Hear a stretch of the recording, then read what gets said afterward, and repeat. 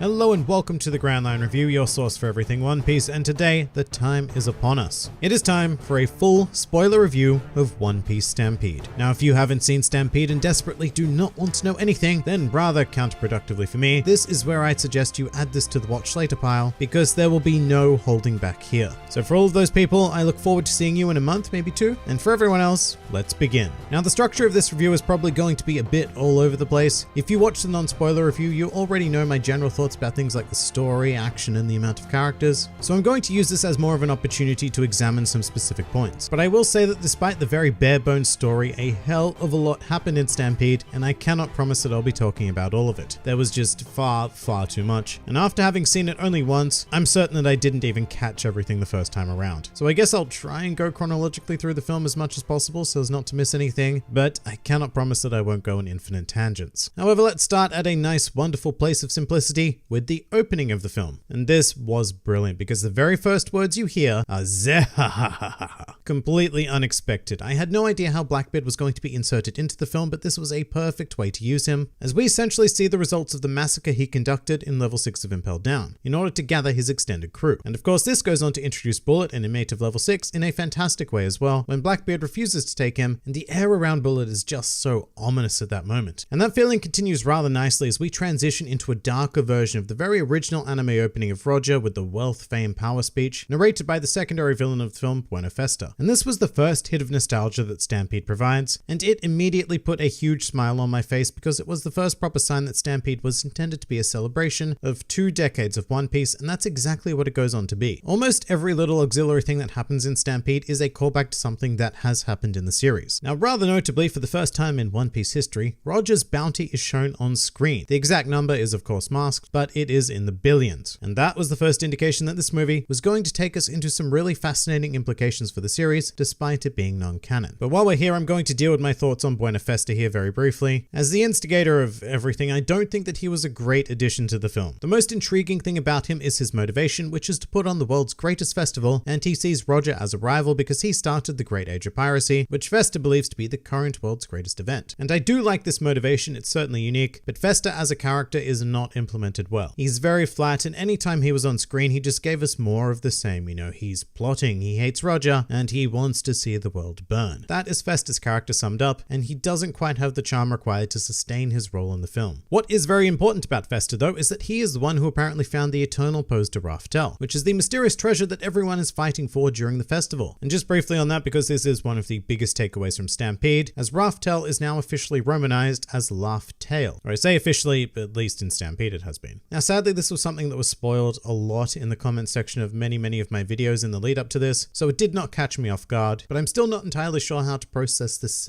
news. I mean, first of all, as far as I'm concerned at the moment, it is not canon. I don't care if Oda himself stated it for the purpose of the film. Until it's officially in the manga, I'm going to continue calling it Raftel, but this has heavy potential implications for the series, and I'm certainly not opposed to it, especially if Laugh Tail becomes a very poignant part of the story, but as a native English speaker, it does sound a bit meh to me. So I'm kind of hoping that we stick to Raftel, but this is not a reverie levely situation. Given how important this is to Stampede as well as One Piece as a whole, I don't think this decision was made lightly, so we'll have to see. Moving on, the next scene is the classic Straw Hats on the Sunny introduction. Every movie since Strong World has had their incarnation of this scene, and the Straw Hats are just chilling and talking about their impending adventure. It was fun, and it's one of the very few moments in the film that adopts a more chilled out pace. Almost everything after this scene is a bombardment to the senses, in some way, either through action, cameo appearances, or just the sheer amount of stuff incorporated into Stampede. So speaking of, this is where we go into the opening of the film, which is a montage of the Straw Hats enjoying themselves at the Pirate Festival. And honestly, this left me somewhat disappointed because after this montage, we were just bam, straight into the action. And I felt this was a shame because I really wanted to know more about the Pirate Festival, explore some of its attractions and stores, and just generally have fun with the Straw Hats. In the same way that they were given time to have fun on Gran Tesoro during Film Gold. But this montage is where we are bombarded with many cameos from characters who have appeared all throughout the series and even its extended media. One of the first characters I remember clocking was Conus actually, who is not a pirate nor anybody who has ever visited the Blue Sea, so that's the kind of thing you can expect from Stampede. Stampede. Anybody and everybody can pop up here, and I'm not going to go into everyone I saw because oh my god, there's too many of them, and I'm confident that I didn't even come close to spotting all of these Easter egg appearances. But soon enough, it is time for the main event where an island is shot up into the sky by a knock-up stream, which I loved because it's another piece of nostalgia, and it is also very cool to see in a post-Frankie world how the Straw Hats would deal with sailing up a knock-up stream, which comes in the form of an Emperor Penguin. But this is also where the characters begin, as the entirety of the worst generation, minus Blackbeard and Law, who we'll get into later, swiftly appears to contest Roger's treasure. Where do I even begin here? It was incredible to see them all gathered in one place and fighting directly against each other. One of the highlights of that section for me was when Zoro took on Killer briefly, which for manga readers there's another Easter egg there, in the way that Killer laughs if you pay specific attention to it. The worst generation do make up a huge chunk of the film though, fighting amongst themselves and then going on to somewhat team up against Bullet. Their action was of course pretty spectacular, but my main thing in regards to this group is that there was no time taken to focus on any of the specific relationships that they had with one another. Now this is tricky territory here because it does verge on manga spoilers, but there are certain members of this collective who would be absolutely infuriated to see certain other members. But instead of showcasing that kind of depth, they're all relegated to this standard role of ambitious standalone action heads. And oddly enough, there's actually not a whole lot to say about the worst generation, except that they are a spectacle to watch in action. They go all out as far as we're aware of their abilities, like Beige activates Big Father, Hawkins summons his Straw Man, which is really interesting actually because Stampede would have come out in Japan prior to the episode where Hawkins first uses it in the anime, so it would have been a nice surprise for manga readers. One particular highlight of their portion of the film would probably be Bonnie for me though, who we know very little about, and she takes on Bullet in hand-to-hand combat. And it doesn't go very well for her at all, but she whips out some pretty nice moves, which was cool to see because in the series as a whole, Bonnie has done a whole lot of nothing in terms of combat, so it was great to see her have a moment here along with everyone else. But as for her opponent, it is probably time to talk about Douglas Bullet. He is by far the most powerful film villain we've ever had, and in fact, apart from the Four Emperors, he is probably the most powerful person Luffy has ever directly faced in general. In the film, his strength was compared to that of Ray Lee, which while that serves as incredible hype, I think puts Stampede in a very awkward place by the end of the film when Bullet has to be defeated, because from everything we'd been shown of him up until that point, nothing should have been able to bring this man down. He's just far too strong, which is a shame because that strength comes to define his character. Like Fester, Bullet is also pretty flat. His motivation is incredibly boring. It's the stock standard, I want to be the strongest dude out of all the dudes, and there's really nothing more to him than that as presented in Stampede. And by the film was over, I had a hard time believing his connection to the Roger Pirates. Like, yeah, I get it. Roger was the only person capable of defeating him, so he grew up to respect the Pirate King, and after Roger died, Bullet regressed into what he once was. But he doesn't fit into the Roger Pirates in my mind, and the movie makes no attempt to go into his relationships with other crew members like Rayleigh, Shanks, or even Buggy. And I get that you can't bring too much of that series canon into a film like this, but at the same time, if the premise of your movie is that you're going to explore a former member of the Roger Pirates, then what I wanted was for that to actually be explored. As it stands, Bullet did not need to be a member of the Roger Pirates. That aspect of him could have been taken away and it would not have hurt the character at all. Instead, what you do is something like make him an old rival of Roger, which might actually fit a bit better even. However, as it stands, Bullet left me feeling very wanting of more. In regards to his Devil Fruit abilities, the Clank Clank Fruit, which were also awakened, I don't think that this was adequately explored at all. Essentially, he can create stuff by manipulating existing objects, a fruit which holds a ton of creative potential, and the only thing Bullet does with it is to make big punchy things, which is very reflective of how flat a character he is. I also wasn't a huge fan of the big CGI monster thing that he ended up inhabiting. You know, it's not the worst looking thing in the world, and in fact during the final battle there are moments where its sheer scale looks pretty damn cool. I just felt like I'd already seen this though, because you know that's how film Gold ended up. Zoro made a big gold mech and they had a giant fight. And the thing about Bullet is he doesn't need to make stuff like this. He is powerful enough on his own to wreck anyone and anything that comes his way. So it feels very at odds with his blunt and physically focused character to have him retreating into his creations for a huge portion of the movie. So yeah, not a huge fan of Bullet from any perspective. The best thing about him is that he provides an excuse for the eventual big team up, which I have to say was where I had by far the most fun in Stampede. So the film was marketed with an all-star team up of Luffy, Smoker, Law, Boa Hancock, Sabo, Buggy, and Lucci. And this was deceptive in a couple of ways, both good and bad. The big thing I mentioned in my non-spoiler review already is that I don't like how Lucci was used once again. Just like Film Gold, Lucci did a grand total of 1 unit of things, and not only that, but he didn't even officially join the big old team up like he was sold as doing. He just lurked in the background, and that was a big disappointment to me because I wanted to see how Lucci would interact with all of these individuals and come to put his own mission and feelings aside to join forces with them for the sake of survival. But that's not what happened at all, and I do blame the trailers and marketing material for setting him up to be something that he wasn't. Of course, you can also make the argument that a lot of it's my fault for investing too much into that idea, but what we lack with Lucci, we do make up for with the surprise addition to this final 7, which is a certain one Sir Crocodile. So we knew that he was going to be in Stampede in some capacity, but seeing him join the fray in the final battle against Bullet was incredibly satisfying. Crocodile is one of my all-time favorite characters in the series, and so he is always welcome. Plus, my god, that moment where he is intercepted by Zoro was just one massive fangasm. Because yeah, for the briefest of moments, that matchup did occur, and it was great to see Zoro going up against an enemy that he previously would have stood zero chance against whatsoever. And similarly, Sanji also had his moment, of course, when he intercepted Lucci, which was equally as amazing to watch and really makes me want to see an extended battle of Sanji versus Lucci, because I think that that would be an amazing matchup. Zoro and Sanji are two of the Straw Hats who get a lot of the physical glory in Stampede though. Early on, Sanji takes on Smoker in a beautiful clash, while Zoro goes up against Fujitora when the Marines arrive. Now I have mixed feelings on this because while it did look great to see Zoro going up against the Admiral again, I still just don't know why. I mean, why beyond clear fan service? Fujitora just pops up out of nowhere straight into Zoro's grill, which was a great moment of shock and cheering from the audience, but nothing really comes of their skirmish. No new information is gathered, but Fujitora does end the battle by summoning a meteor, which looked pretty damn incredible actually, and led Zoro to performing his greatest feat of the film in attempting to slash it. It's just that after that moment, Fujitora doesn't do anything ever again, which is weird for a character of his power and importance. He just disappears, and he's not the only character I have this complaint with, because the same thing happens with Mihawk. He just shows up at the festival, does some cool stuff, and then vanishes for no reason. In fact, Mihawk didn't really have much of a reason to be there in the first place. I honestly don't know why the festival would interest him. He doesn't seem like the type to care whatsoever about becoming the Pirate King. He's just there. And I love what he does, but it doesn't serve anything but a technical purpose. That technical purpose being the destruction of Fujitora's meteor. And it really can get a bit much at times with the constant flow of new incredible characters popping up out of nowhere. In fact, I remember thinking, really, the first time Crocodile made himself known? Because like everyone else, he comes from nowhere. But at the very least, he does serve a greater purpose than most in the movie. Speaking of purpose, though, I'm going to jump way around here because let's talk about Anne. Now, this character is a strange one because she originally appeared in the Tokyo Tower show, and her devil fruit is very important in making that whole spectacle work. And the movie takes some very specific time in the beginning to explain her abilities to craft temporary illusions. And that would make it seem like Anne's powers are going to be relevant to the plot in some way, shape, or form, but in the end, they just aren't. What Anne does is serve as an excuse to have an 11th hour cameo appearance of Ace when Sabo requests her to generate him as he conjures some walls of flame to allow Luffy to escape. Now, seeing Ace was cool, especially in the side-by-side pose with Sabo, but I do think that Anne's potential was a bit squandered. I mean, she can make anyone appear, and at a pirate festival, you think you'd may want to use that to craft some really famous figures, like perhaps one of the 4 emperors, or even generate Roger himself to address the crowd. But in the end, she was just an excuse to plonk Ace into Stampede, which, you know, I'm not complaining about that. I just think there was some missed opportunities to really use this ability in this context. Alright, next up, it's taken a while to get here, but let's talk about the breakout star of Stampede, and his name is God Usopp. Going into this movie, I had no expectations of him or any of the Straw Hats really, and Usopp was a marvelous surprise. He is one of, if not the only character in the film who has some sort of emotional resonance, and I love the decision to focus on him like this, especially in the presence of Douglas Bullet, who for all intents and purposes is one of the more ultimate physical powers we've seen, so to have him juxtaposed against Usopp, one of the physically weakest individuals on the island, was brilliant. And in the end, Usopp, as far as I'm concerned, is responsible for Bullet's defeat. The moment where his pop greens activated and crushed Bullet's mech is burned into my mind because it was just such a boss play. And not only did it give Usopp his moment to shine, but it also emphasized the idea of teamwork, which is a sort of theme of the film, teamwork or lack thereof. Plus, Usopp had a great emotional scene where he was carrying a defeated Luffy through all the debris, and even used what little strength he had to prevent some of it falling on Luffy. He was just the best. Even amongst all of this crazy action, Usopp's small moments eclipsed pretty much everything in my opinion, and really showed us just how far he has come since the humble days of East Blue. And you know what, if anything, Usopp is closer to achieving his dream of becoming a brave warrior of the sea than any of the other Straw Hats are to theirs. And just to talk about them for a bit, any Straw Hats who weren't Usopp, Luffy, Zoro, or Sanji were pretty neglected in Stampede, and understandably so, because under the circumstances there just isn't any time for them. They are there and they do important things, but they serve an almost purely technical function. Going back to the final group though, this was very much a dream team to see in action, and I'm also very happy to report that Boa Hancock got an incredible moment where she sprinted up the gigantic expanse of Bullet and delivered what I think was by far the best attack of the film, where she just plain kicked him, but you could feel the sheer power behind her blow, and in fact it got a huge whoa reaction from the audience because it was pretty much the first decent attack that had been landed on Bullet after invoking his fruit powers. Moving on to Law, he was a great presence throughout the entirety of Stampede, as he had the unenviable job of playing the straight man against all of the crazy characters who showed up, and especially Luffy. But he was integral in the strategic elements of taking down Bullet, and I also very much enjoyed his encounter with Crocodile, because Law and Crocodile are just a pair of characters characters that I have never even considered being in the same place. Prior to Stampede, they may as well have existed in completely different series in my mind, but that's one thing that Stampede is great at. It gives you these character combinations that you never would have thought of, and another one of those for me was when Smoker encountered Sabo. And not only that, but they had a brief fight, which was another nice nostalgic reference to when Smoker fought Ace on Alabasta. And very importantly, Sabo, as much as I'm not the biggest fan of him in the series, was very good in Stampede. He showed up, he looked cool, and he delivered some nice action. And in a film like this, that's really all you can ask of most characters. The highlight of the final group for me though was certainly Buggy. Buggy is incredibly important to Stampede, not because of anything he does to move the plot forward or contribute to beating Bullet, but because he was one of the very few sources of consistent comedy that Stampede had to offer. Without Buggy, this film becomes far too serious, and there would be nowhere near enough moments of relief, like when Buggy attacked Giant Bullet with a Muggy Ball, and Lucci just happened to strike Bullet at the same time, leading Buggy to believe that he was the one who caused such massive destruction. But my personal favorite Buggy moment is when Law summons a room and accidentally incorporates Buggy into the group's big final attack, and he just appears up in the air having no idea what's going on and simply shitting himself. It was so great. But while we're here, let's get into Bullet's demise, and you could say that what it really boils down to is a big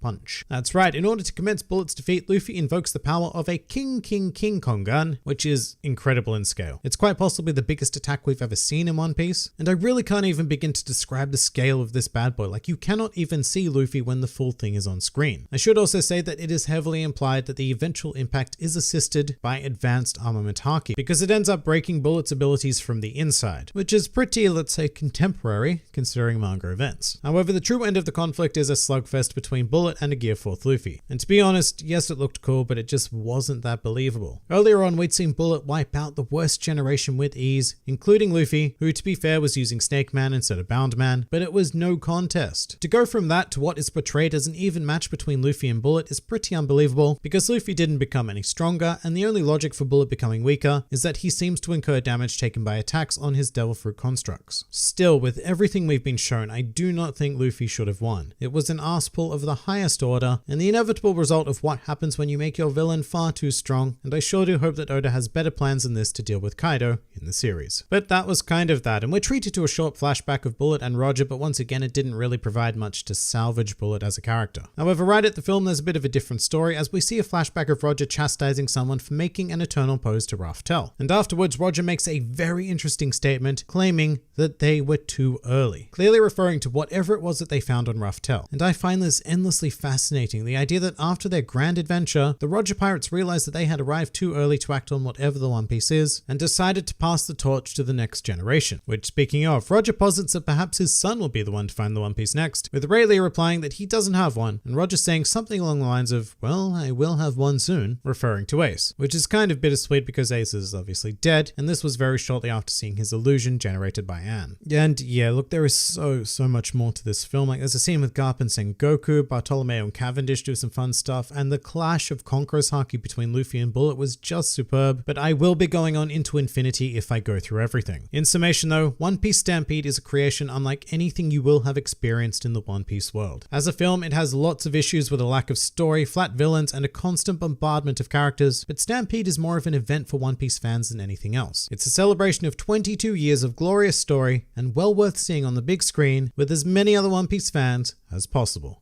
And that pretty much does it for this spoiler review of One Piece Stampede. This is not quite the end though, as I will also be uploading a review of Stampede from my wife, who knows nothing about One Piece, and that is a very different conversation, and just a warning, it will be much longer than even this video, which is already absurdly long. But if you enjoyed this video and the content this channel produces in general, then please do consider donating to the Grand Line Review Patreon, because the support of all of you amazing people is what continues to make this channel possible. And if you'd like to see more videos like this but applied to other anime and manga series, then please do check out my second channel, New World Review, for all of your wider needs. And if you'd like to join the fun at any time, then please do head over to my Discord server, where a wide array of shenaniganry takes place on a daily basis. And finally, please do comment with your thoughts on One Piece Stampede. This has been the Grand Line Review, and I'll see you next time.